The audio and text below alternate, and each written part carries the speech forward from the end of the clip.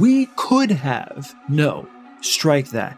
We have the best legendary for fusion that I've seen in a very long time. Like years. We're talking about years here. So we're going to talk about the new fragment fusion coming out to everybody, why he is goated beyond belief. So let's get it.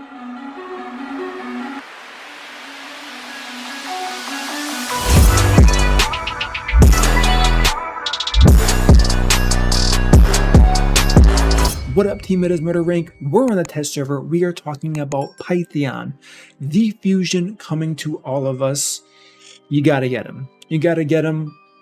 If you're free to play, I get it. If you didn't save up for it, there have been so many events taking out all of your shards. I get that, your resources, your energies, but this guy is absolutely incredible. Now, when I say the best, yes, you might be thinking about Helicath, anybody else really who I can't think of it on the top of my head, who might be pretty good as well, but I'm going to tell you for a fact, this guy's way better. Why? Because you can use him everywhere very well. Like, not just like he's okay here, he's okay there, he's doable in Faction Wars. No. This guy is crazy everywhere. So we'll talk about the kit a little bit. You should know what he does by now. We have Revive here, 7 turns unbooked, 50% HP, 50% turn meter, then strengthen on everybody after the revive. Passive here, this is the key. No books required. Allies receive 5% less damage for each buff, stacking up to 25%. 25% DR for 5 buffs. It's not hard to get 5 buffs on your team, trust me, especially when he's going to be placing block debuffs on everybody. That's 1 buff there. So is A2, removing all debuffs from the allies, healing them by 10% of their max HP, heals each ally by an additional 5% of their HP for each debuff removed here. So obviously if you're removing debuffs, you're going to get the extra heal. A1, nothing crazy, heals the ally with the lowest HP by 5% of this champion's max HP, different from the others, their HP compared to this guy's HP, which is good. There's some HP scaling factor. Why does he have an attack multiplier? Does it really matter? I used to be upset about things like this, but he only has 1 ability that deals damage, so it doesn't matter too much. And finally, increase resistance in all battles by 60. This is going to be important, so don't sleep on that. So what's the kind of breakdown here? We have 3 books here, 4 books here, that's 7, and then 3 books here, that's 10. Is he crazy to book? Not really. 10 books isn't that bad. Do you have to book him? Not really either. Unless you want to use him for clan boss, then it's going to be optimal to book him. But I've mentioned this before about any champion that has a revive here, which is why I didn't book my Arbiter ever. I think it was 2.5 to 3 years after I got Arbiter where I fully booked her, because if you have to revive somebody twice with a 4-turn cooldown, whatever content you're doing, you're probably failing that content, or you're progressing and it's RNG either way. So 7 turns, very long for sure. If you have to use this revive more than once, you're probably in some very questionable content for sure, or you're kind of pushing the limits of your account here. So what are the important things going to be? So first, let's just go ahead and book this guy just for the test, because some people are going to book it, some people are probably not going to book it based on what is said. The fact that the passive, the arguably strongest part of this guy's kit, doesn't need books, that's pretty huge here. Moving on back to the champion, as we can see, I'm using regeneration gear and speed gear. I'll go over where I'm going to use that momentarily. So this is the thing everyone has to understand about this champion if you want to use him for any single content we have going on here. Speed tuning is going to be, and I kind of like why they added this champion, it's going to be paramount. No matter how you think about it, it's going to be paramount. Because, why, Murder? Why is it going to be paramount? You get damage reduction based on how well you can keep the buffs on your team at an even rate consistently, right? It's very hard when you're using relentless gear. One champion's crazy fast, one's crazy low. I get you have to do it in some circumstances, but this guy is really pushing for your whole team synergy to kind of change, to be more well suited to be able to progress to amazing new heights in your account. So the first place we can talk about is going to be, we'll briefly cover it, it's going to be the arena. Why is this guy good in the arena? it's quite obvious why he's good in the arena. That's for a separate video. Stay tuned for that one. That's a crazy fun one for sure. So if we're talking about arena here, this is going to be your flex spot. Everyone's going to have a flex spot in their arena team, or they should. If you don't know what that is, I recommend looking up some arena guides for sure. We're not going to talk about it too much here. So basically you have your speed champion, then we'll just use where's Lydia, 2 champions you can get without anything in this game here. And then we have the flex spot, which is going to be this guy here. So already we have attack up, and then from Lydia we are going to have strengthen, increase speed. That's 3 buffs already. That's giving you a 15% damage reduction. Now you add bolster set, shield set on anybody here. You add an immunity set, giving that champion. There's just so much potential with this guy in the arena here. Then you just add any nuke you want. So let's go ahead and add Rhonda here since she's new and she's really good in the arena. So there we go. This is an example of how you can be building your team. Now, if you don't want to use Lydia because she's in Doom Tower, you can of course Madame Saris this, anyone else you can think of. This is going to be what most players would use as far as a typical setup here. You could even use Alexander for his defense down on weekend, but I'm not going to say I don't recommend it, but he doesn't synergize as well because what does he not do on his defense down on weekend? He doesn't give any buffs. So the strength on this guy in offense is clear.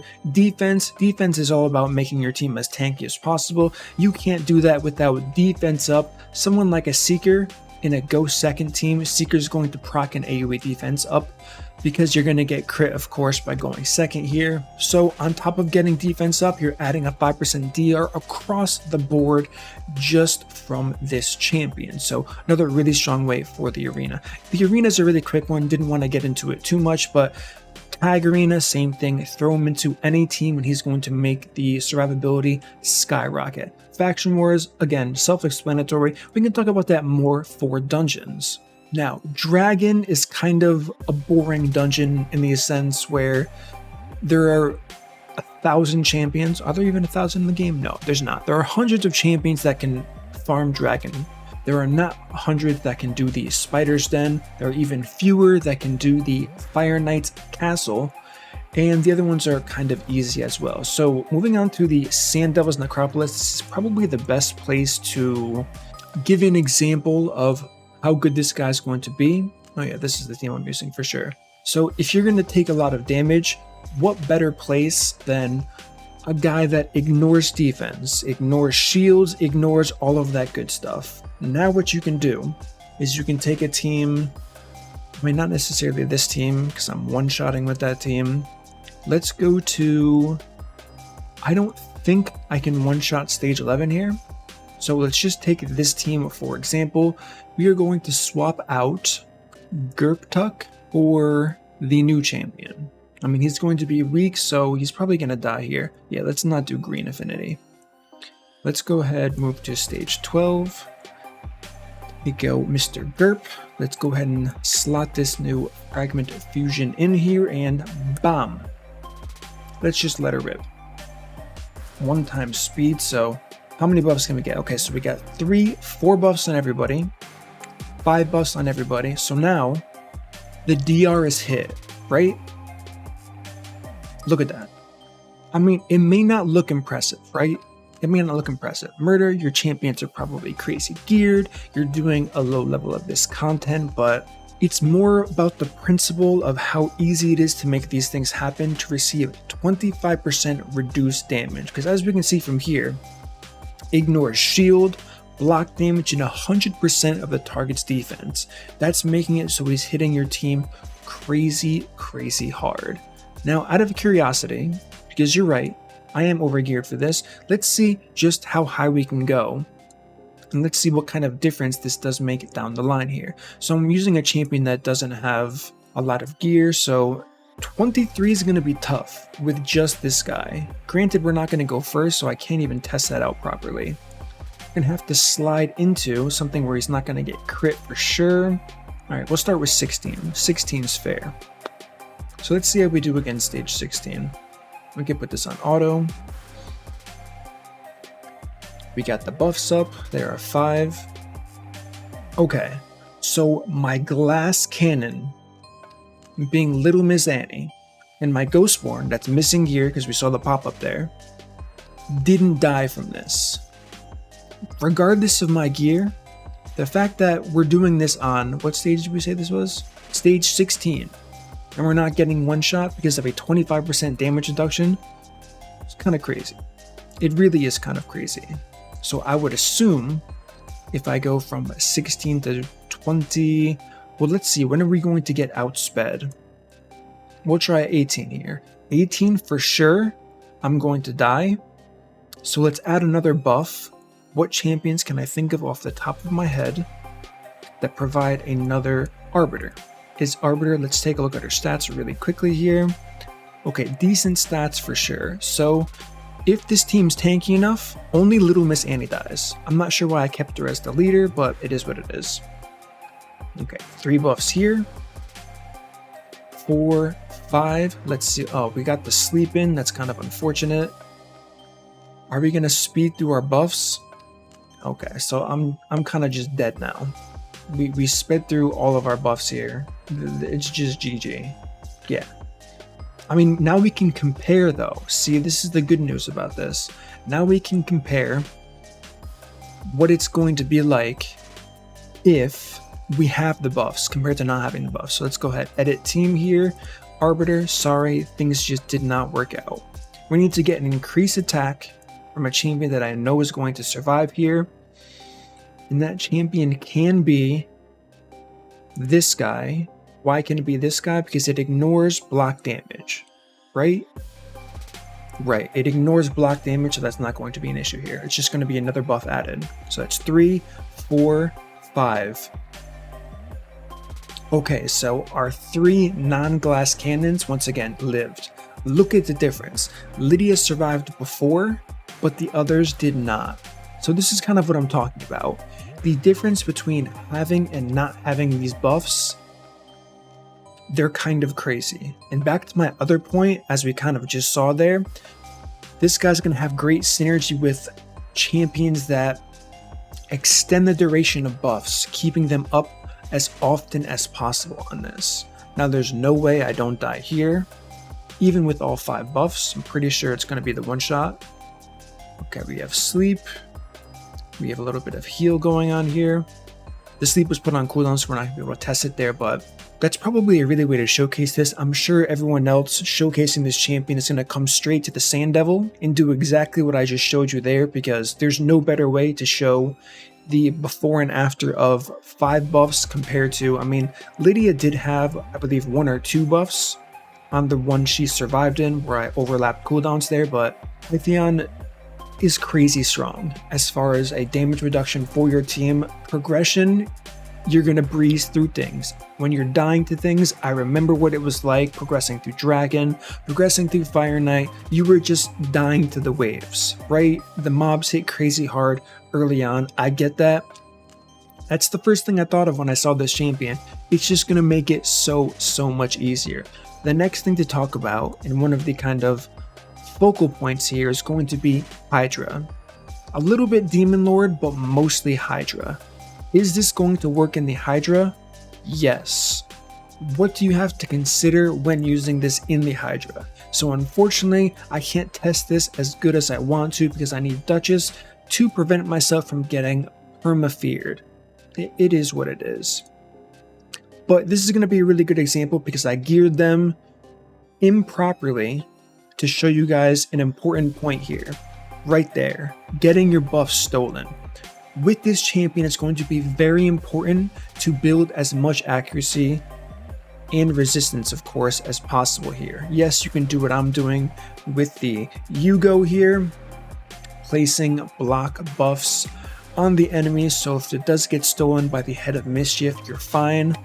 And for some reason, Duchess just loves targeting the True Fear head. Not sure why that is, but probably because she has strong affinity. Actually, I do know why that is.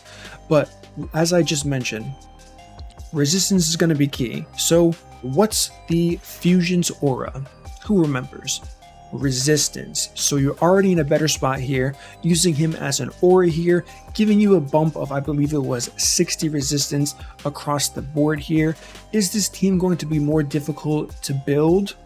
It depends on the champions you're using. If you're using people like Husk, he's going to be very hard to build with resistance. Can you get around that? Absolutely. You can build him with no resistance, and you can build some way to strip buffs or apply the block buffs like I'm doing here to say, okay, RNG has it, so the Head of Mischief targets my Husk. I can still have a viable way of dealing with this. So what is this gear change going to give you?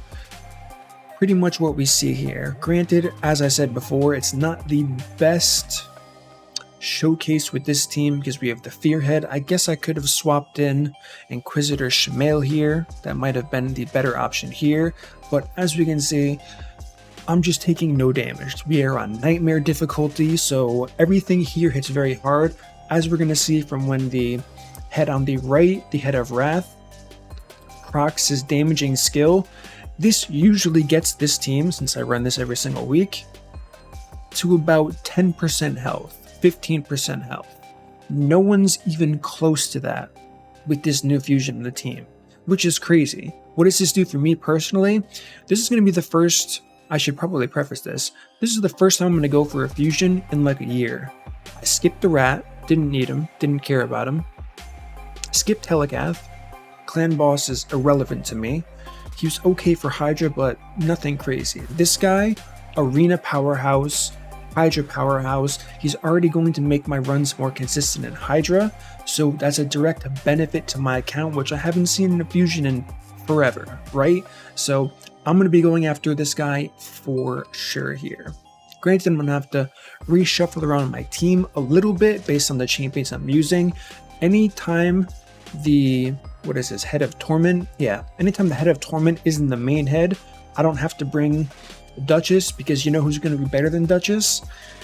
Hate to say it, but the new fusion is going to be better than Duchess in this situation. Duchess has an awesome passive for sure, but the damage reduction of this guy, you just cannot overlook it by any means. He has a quick revive here after it's cooldowned. He has really good stats, and Duchess is just so niche for so many other places, specifically high-end arena. The fact that I can get her out of Hydra, since I do have two of them, and I can now build both of those for arena, it's going to be completely massive for pretty much every endgame account. And if you don't have a Duchess and you get this guy, you're going to be able to see what it's like to have insane damage reduction on your team. So that's going to be the kind of TLDR of Hydra. Now when it goes to the normal Demon Lord, is he going to be good for the normal Demon Lord? Yes, he is going to be good for the normal Demon Lord. For unkillable teams, obviously not. That part is quite clear, but there are still a lot of players who enjoy the, I guess, nitty-gritty, taking damage, building tanky, and surviving as long as you can. This guy is going to make it so much easier having a revive, but speed tuning is going to be very important, and it's going to be quite unique. So let's just go into here so I can show you what I mean by quite unique here. You know what, we'll keep Dracomorph. So normally when you think about a speed tune team, you're thinking about an unkillable team, or you're thinking about some type of counter-attack team. Where's my Valkyrie? Valkyrie, she's not plus anything, so that means she's right here. Counter-attack, not so much ally attack, but counter-attack and unkillable, very commonly speed-tuned teams. Once you get rid of them, you don't really see speed-tuned teams that often. That's going to change with this new fusion. Now if you get this new fusion, you're going to still want to speed-tune your team, so let's add an ally protection into the mix here. Then of course we're going to add our fusion. Where's the fusion? Here's the fusion. Now we're going to add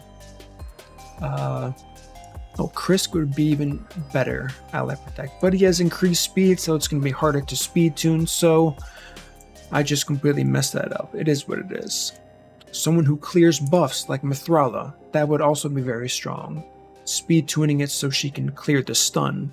right? 3-turn cooldown removes all debuffs. Perfect. Clearing the stun, giving you a shield. Now we'll just throw in an ally protection. I know Ursuga's not the best, but it is what it is here. And then you can just fill with either another poisoner.